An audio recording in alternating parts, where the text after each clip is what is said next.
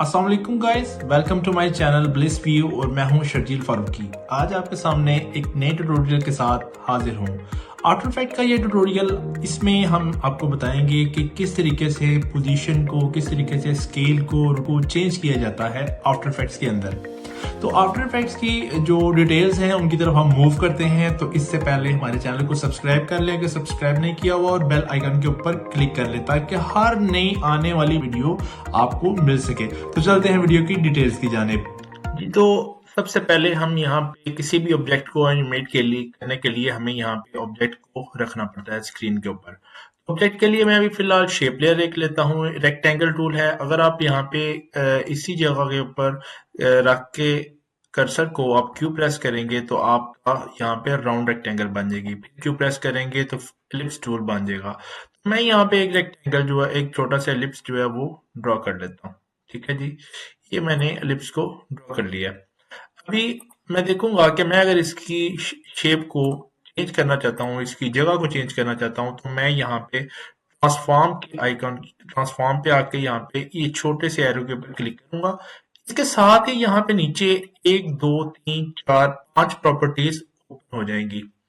इन 5 properties को अगर हम देखें तो सबसे पहली यहाँ पे है पोजीशन के इस गोल वॉच वाले सर्कल के ऊपर अगर हम क्लिक करें तो हमारा की फ्रेम ऐड हो जाएगा।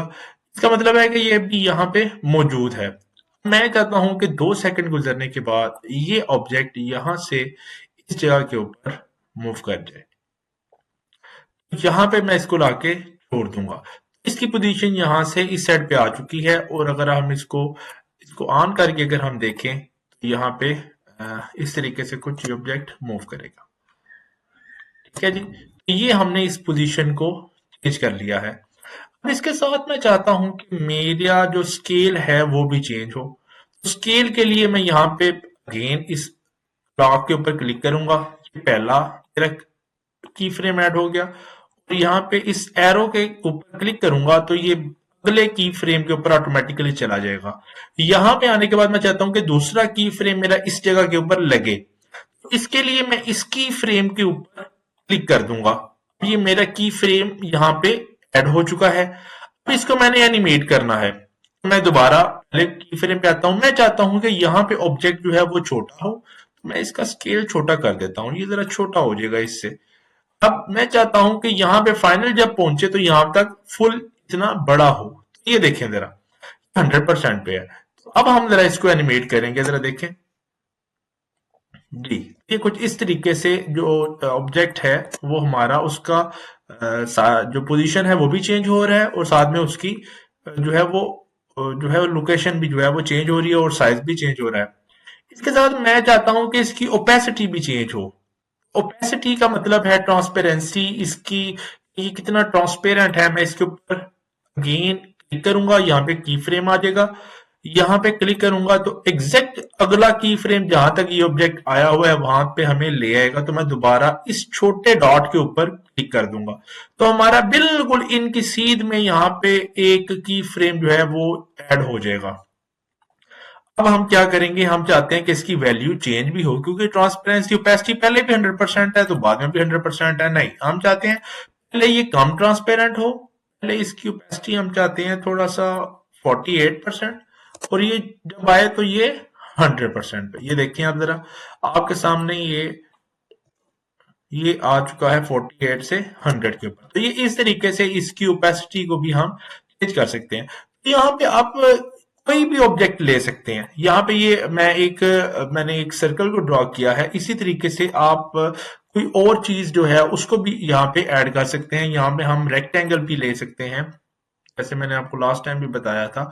ये स्टार भी है, ये देखें स्टार वाला टूल यहाँ पे ऐड करते हैं। ये स्टार ऐड हो गया। ठीक है जी, अब स्टार ऐड हो चुका है तो उसके साथ ही अब ये देखें यहाँ पे पोली स्टार जो है ये आ चुका है। मैं अब यहाँ पे ये देखें क्या हुआ कि उसने इसी एक ही शेप लेयर के अंदर हमारा दूसरी शेप भी ऐड कर दी। इसे हमने ट्रांसफॉर्म करने के अंदर जो है वो थोड़ा सा जिस तरीके से पहली वाली शेप जाती है उसी तरीके से सेकंड वाली भी मूव करना शुरू कर देती है। तो ये कई दफा हमारे लिए फायदेमंद होता है, कई दफा जो है वो हमारे लिए फायदेमंद नहीं होता। जैसे इस केस के अंदर हमारा जो स्केल है फाइनल, अगर मैं उसको थोड़ा सा 100% की बजाय मैं उसको ये छोटा कर दूं तो वो मेरे लिए ज्यादा बेहतर होगा। और जो पोजीशन है उसको मैं चाहता हूं कि ये देखें कि ये जो ऑब्जेक्ट है वो नीचे की तरफ आना शुरू हो रहा है, ये दिख रहा है हमें।